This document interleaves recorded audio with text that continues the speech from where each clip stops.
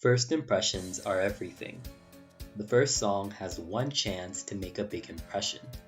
When AIKATSU began, we all had one chance to see what this show was about. One song, one chance. That performance was.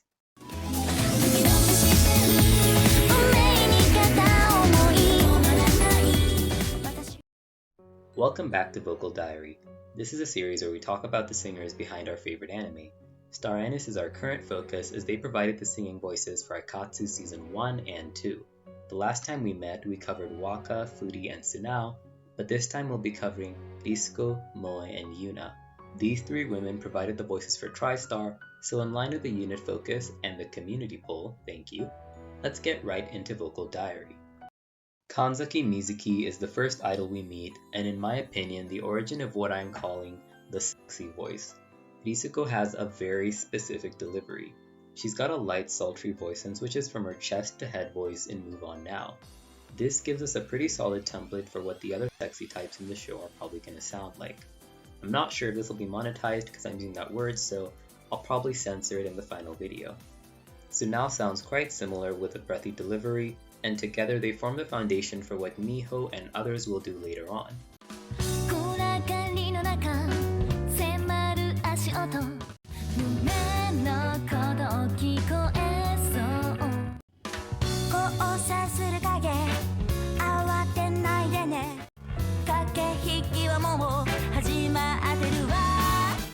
In the prior video, I criticized Tsunao's voice for Sora, but it's likely this specific sound was the goal. Let's compare Tsunao's lilt for Sora with what I imagine it was meant to sound like.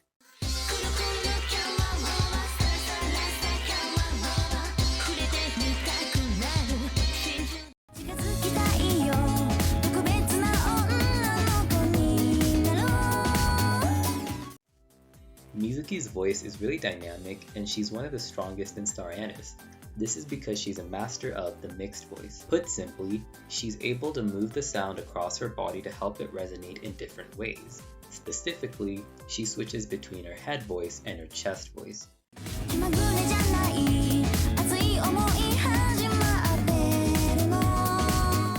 While the prior singers all have clear voices, Risuko's is sharp and has a strong nasal quality. It's a lot stronger than Waka's and gives her a really unique sound. Her syllables end with this fun tangy sound that I just love to hear.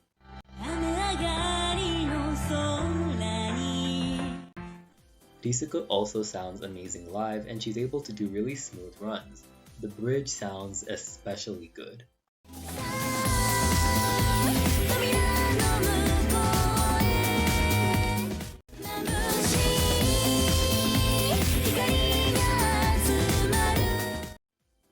Beyond this, Mizuki's breath control is amazing in the verses. It takes a lot to stop for emphasis and then carry on. It's also quite tough to switch between her light tone and the stronger nasal one. When you hear her sing live, I think you can fully appreciate how much effort it took. Overall, Move On Now was the perfect song to start with and gives us a full range of her abilities. Despite it being her first solo performance, Mizuki's first vocal solo is actually Midnight Sky High.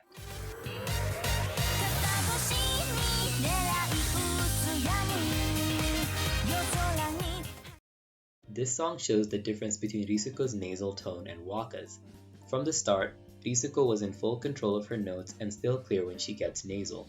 By contrast, Waka used her nasal tone when she couldn't hit or sustain the note, like in the Idol Activity chorus,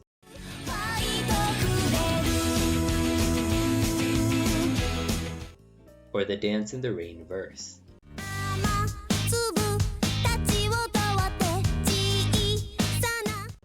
Risuko used her nasal tone for emphasis, but for Waka it was more like a crutch. Let's hear some comparisons of their voices. In their duet of Signalize, their resonation really brings out their nasal quality, especially in Mizuki's higher notes.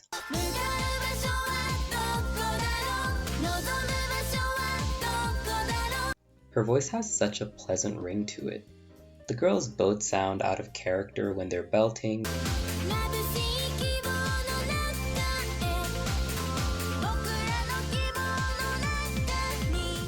Props to Mizuki for hitting them so well. Waka does amazing here too. In Idle Activity, Risuko slides down from falsetto to chest in the first line.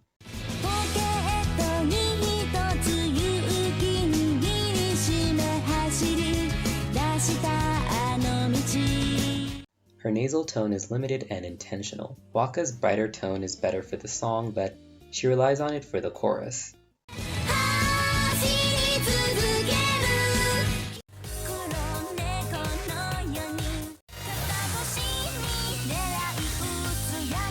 Mizuki has a sweet, delicate quality here.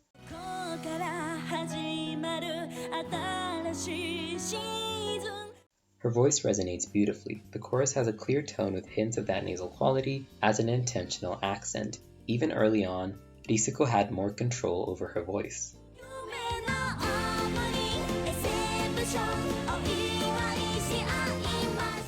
By this point, Risuko uses her nasal quality for resonation.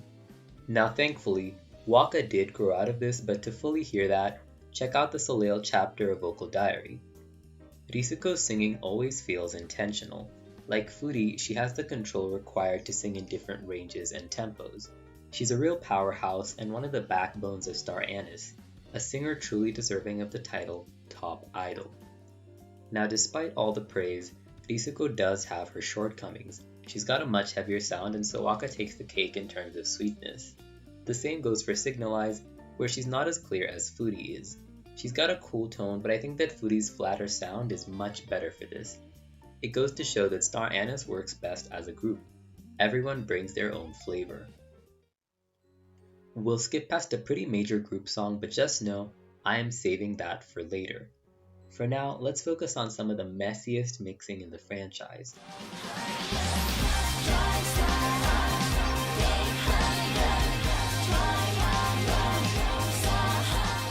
Take Me Higher is a song that I'd love to talk about, if only I could actually hear it. For some reason, everything is layered so poorly that you can just barely hear each girl's tone. I think it's supposed to sound powerful, but honestly, it's just a mess. Thankfully, Risuko gets a much better song to end the season.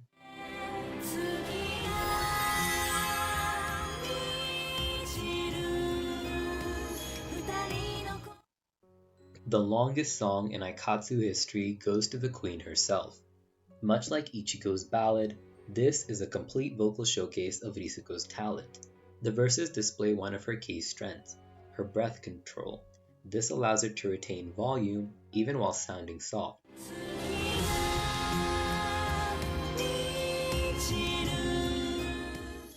She can also do the longer, winding lines of the chorus.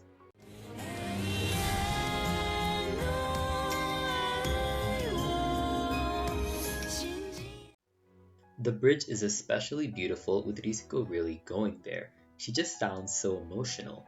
The song's length alone is taxing, but to carry the lines with such stability, I have to praise her stamina.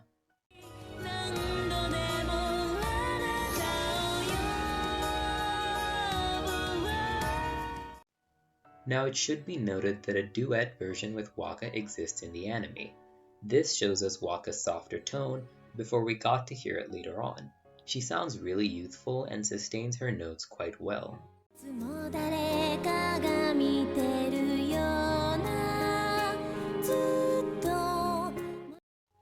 Mizuki disappears at the end of the season, but soon returns with a bang.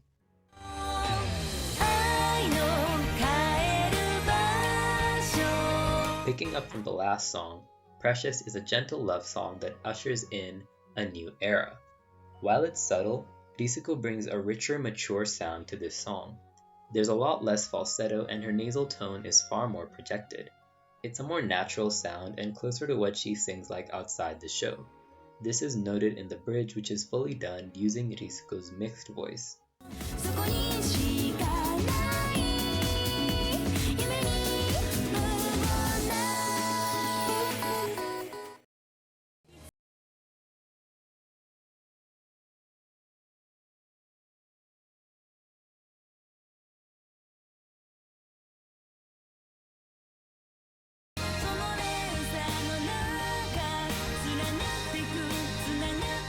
The new Mizuki is less airy and soft, with a stronger projected mixed voice. Her long notes are sustained in full voice, and she switches a lot more between head, chest, and falsetto. This is pretty hard to do, so I recommend you try it at home to fully appreciate that.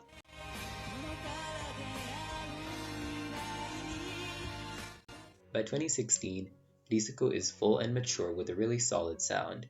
Her rich voice trickles throughout the bridge with a stunning vibrato. It goes to show the experience that Risuko gathered in this series and really solidifies the character's title as top idol.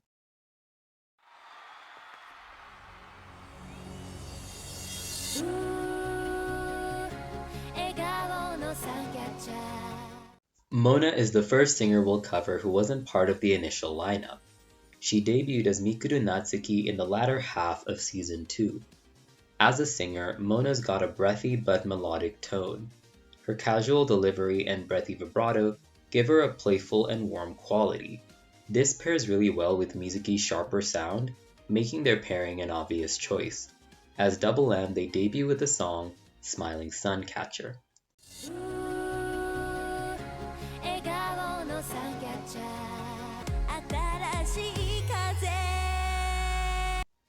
Right away, we get a really great comparison of their skills. Mikuru has an open and breathy delivery, while Mizuki is more constrained and nasal. The song also lets us hear a little bit of Mona's mixed voice. Listen to her switch between chest and falsetto in the chorus. I'm not sure if this is her or just the mixing, so we'll also compare this to some live footage.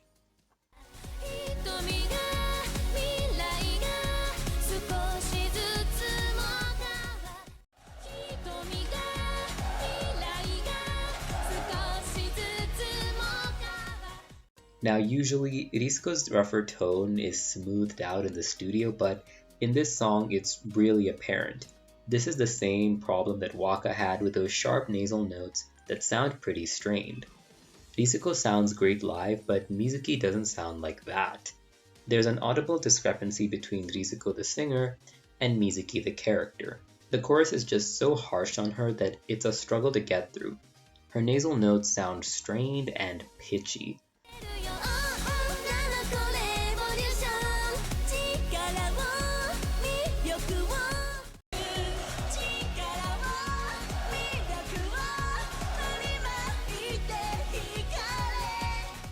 This was actually the first time I listened to this song in full because I really do hate how it was produced, but also just structurally it's far from my favorite. I think we should just move on now.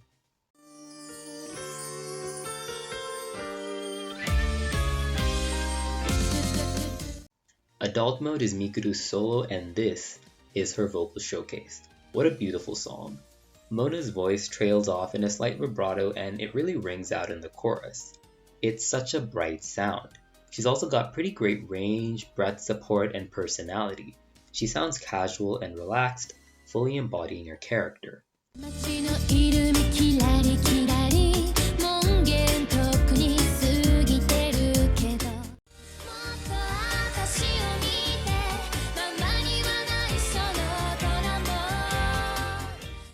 Now let's talk about the duet version.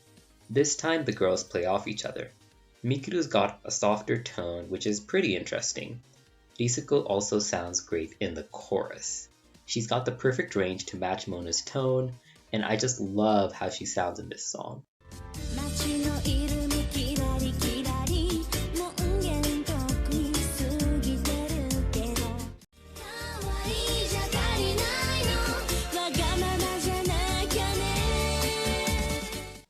It takes me back to her longer notes in Precious.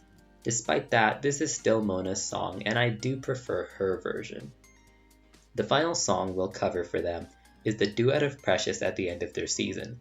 The Double M version uses a second verse, which shows their different approach to breath control.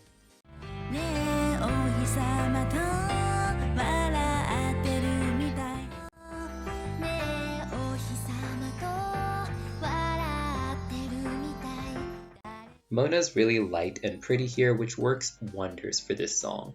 With all of their main songs covered, I feel it's finally time to address... As I'm sure you might know, Mona Tomoyama graduated in 2016, leaving the role of Mikuru to Fuuri. She was able to contribute one song to photo on stage, but the latter song with Mikuru's character is voiced by Fuuri. We'll never know exactly why Fuuri was chosen, but we're here to compare their performances and see how Fuuri did in the role. Based on Mona's performance, Mikuru has a casual, open delivery,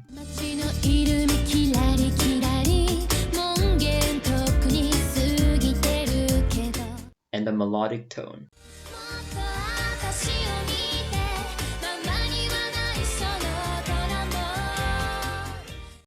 Based on these traits, I think that Fuuri was an odd choice. She's a rather solid singer but lacks the playful quality Mona had. Her voice can be quite melodic and powerful, but they're just very distinct. I think that when performing as Mikuru, Fuuri tends to come off as pretty flat. Compare the two's approaches to Smiling Suncatcher.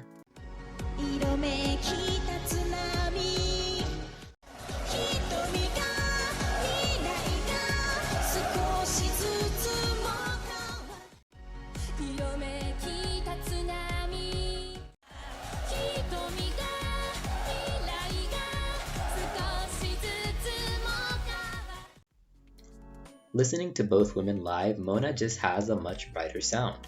Her voice has a really sweet ring to it. I mean, listen to this version of the chorus.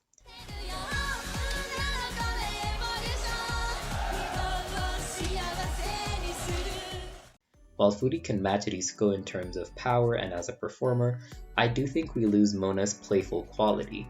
Let's compare these two versions of Sentimental Berry.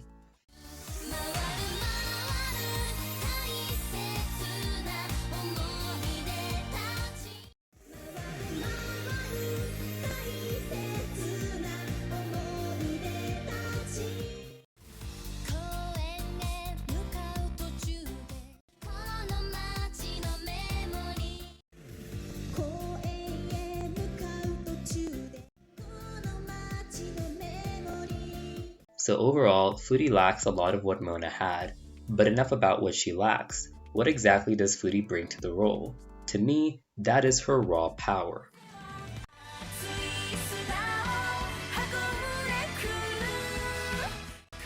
This is one of my favorite songs in the entire franchise.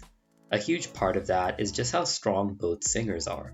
While Mona could struggle to keep up with Mizuki's volume, Fuuri gets loud. The girls are on the same footing for the entire song. Even in the breathier notes, Fuuri is still very audible. There's a whole new kind of contrast going on. Fuuri's a little plain in her delivery, which leaves room for Risuko's dynamic sound. Let's take a listen to the verses.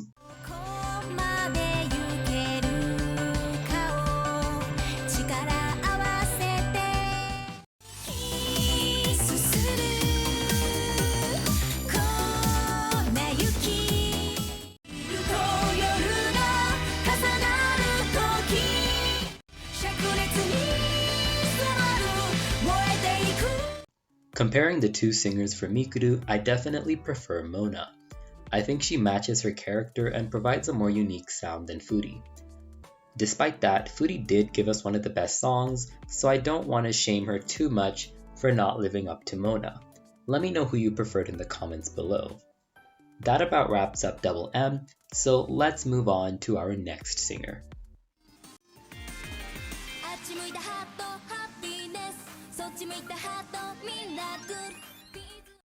Yuna Ichikura performs as Kaede, Ki, Shion, and later on, Ran. We've got our work cut out with this one, so given the amount of characters, I think it makes sense to start with.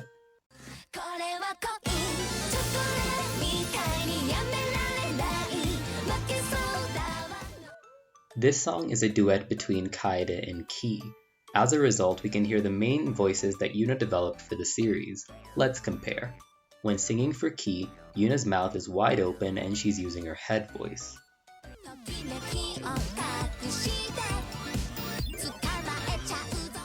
When singing for Kaede, she uses her chest voice and her mouth is a lot more constrained.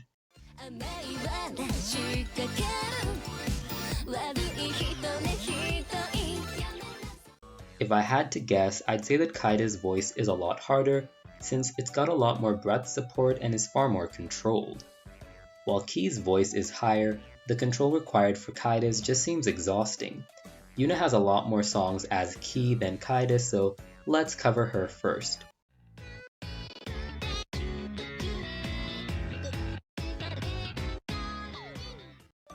The first time we hear Ki sing is in episode 55. Here we get a solo version of Calendar Girl, which is Yuna's first solo performance. She's got a really tangy sound that's bright and sharp. Her open delivery is similar to Fuuri, but she's also very versatile like Sunao.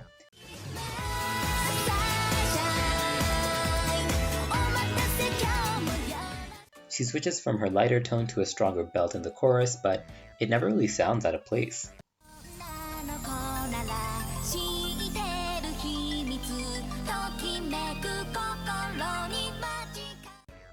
Moving on to Ki's solo, Magical Time is a cheery tune that completely sold me on Yuna. The song is once again a full vocal showcase of her talents. Not many singers can act and sing, so here I feel that Yuna's really embodying Ki.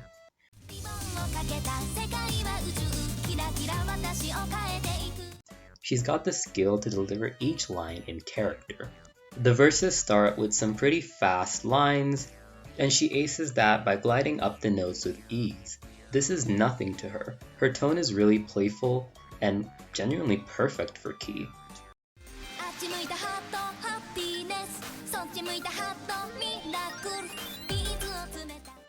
Despite this, I must fault her for her pretty weak falsetto in the chorus. I also think the final notes are kinda lazy.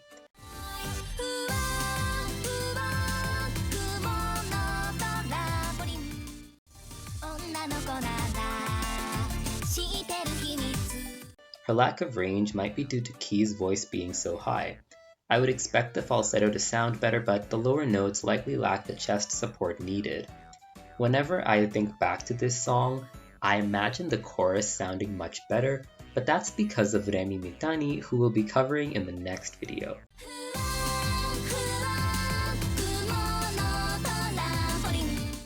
Yuna performs with Fuuri in the song Stranger Alien. Fuuri's stable as always, but Yuna's a lot closer to Kaede here. She's using her chest voice, and it's not the end of the world, but I kinda missed the distinction between the two characters. It made Ki stand out among her other roles. Oddly enough, she slips back into Ki's voice for the bridge, but nowhere else it seems.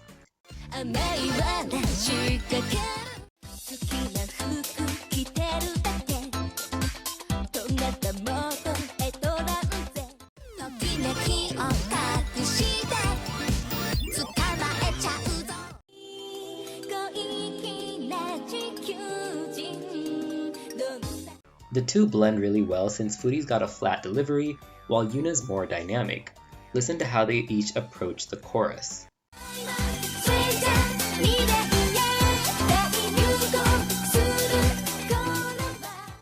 Despite that, I think the blend is really beautiful, and I love this duet. Did you know that Soleil's song was originally Kaede's?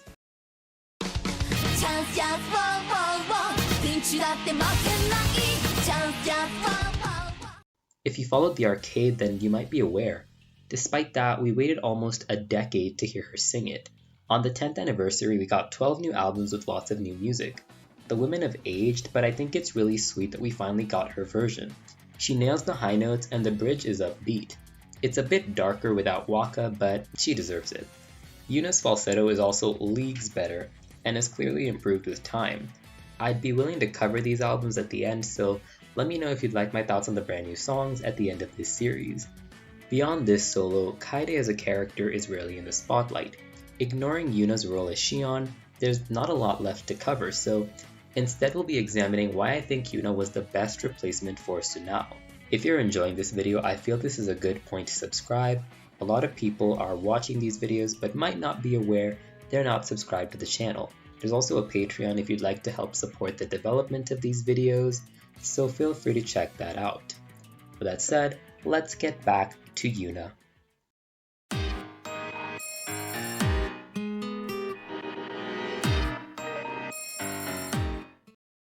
What exactly made Sunao so special? She's got a light and airy voice with some great lilt. Her falsetto is light but sustained, and she's able to switch between that tone and her stronger one with ease.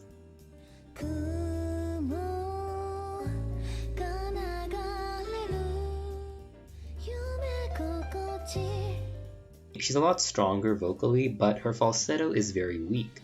However, she does use the same technique as Sunao. Listen to her lines for Kaede in New Chocolate Cake.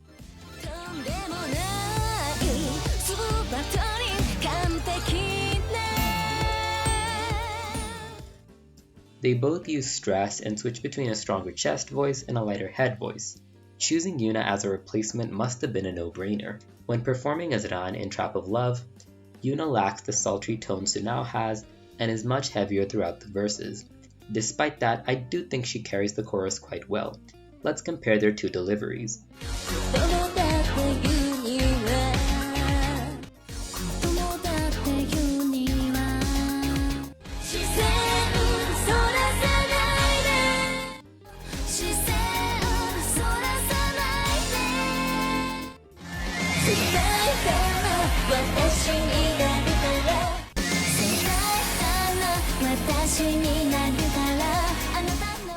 As a part of Soleil, Sunao was the darker contrast to Ichigo's bright sound and Fuuri's stronger one.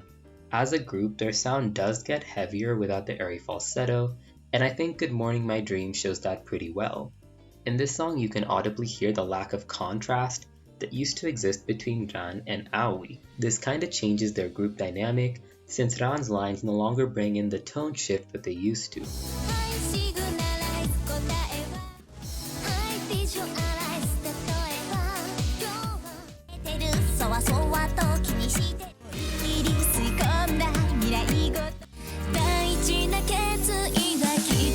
This is kind of a big deal because even in Luminous, there is a role for this lighter, airier sound, and this role is taken by Miki Mirai, aka Hinaki. We'll get to it then, but I do believe that Star Anise set the trends for how future groups for AIKATSU were composed. So those are my thoughts on Yuna, a really strong and talented performer who was able to take on Sunao's mantle. Speaking of replaced singers, let's round this up with Moe Yamazaki.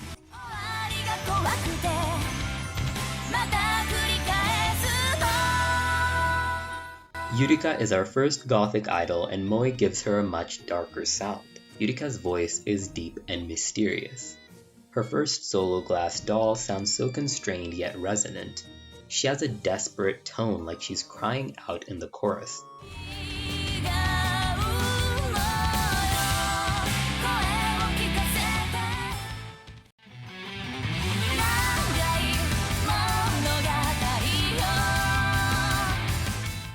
When combined with the guitar and the chilling vocals, it's a really impressive performance. Something to note about Moe's technique is her controlled enunciation. Let's listen to Yurika's lines in Fashion Check.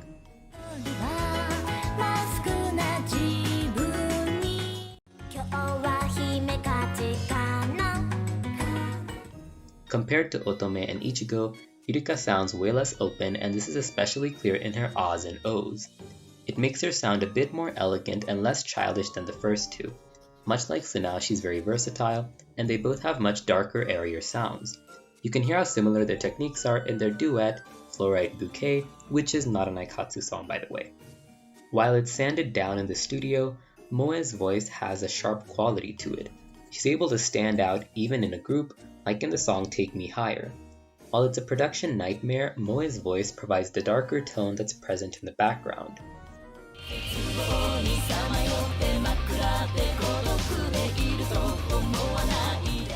Even in Star Anise as a whole, you can hear her in the chorus of the second ending,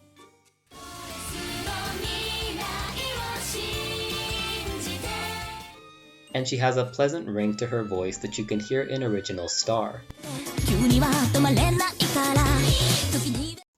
Unfortunately, Moe doesn't have that many songs since she left in 2013, so let's wrap up with my thoughts on her and get to the conclusion of this video. Overall, Moe's Yurika was a dark and unique sound that a lot of us fell in love with. She left Star Anise in December 2013, and from then on, her role as Yurika's singer was taken by Remi Mitani, who we'll be covering in the next vocal diary. I know he left a lot on the table, such as Starheart, but trust me, we will cover that soon. I want to leave a little for the next video when we cover Remi and Eddie, as well as the remaining singers of the show. By the end, I plan to have commented on most, if not all, the songs, so If I missed something, don't be shy about letting me know. With that said, I hope you enjoyed this episode of Vocal Diary, and look forward to the next one. Let me know your favorite songs, and as a reminder, I'm open to covering the new albums if there's interest for it. I think that this vocal trio is the one that impressed me the most. I had so much fun talking about them.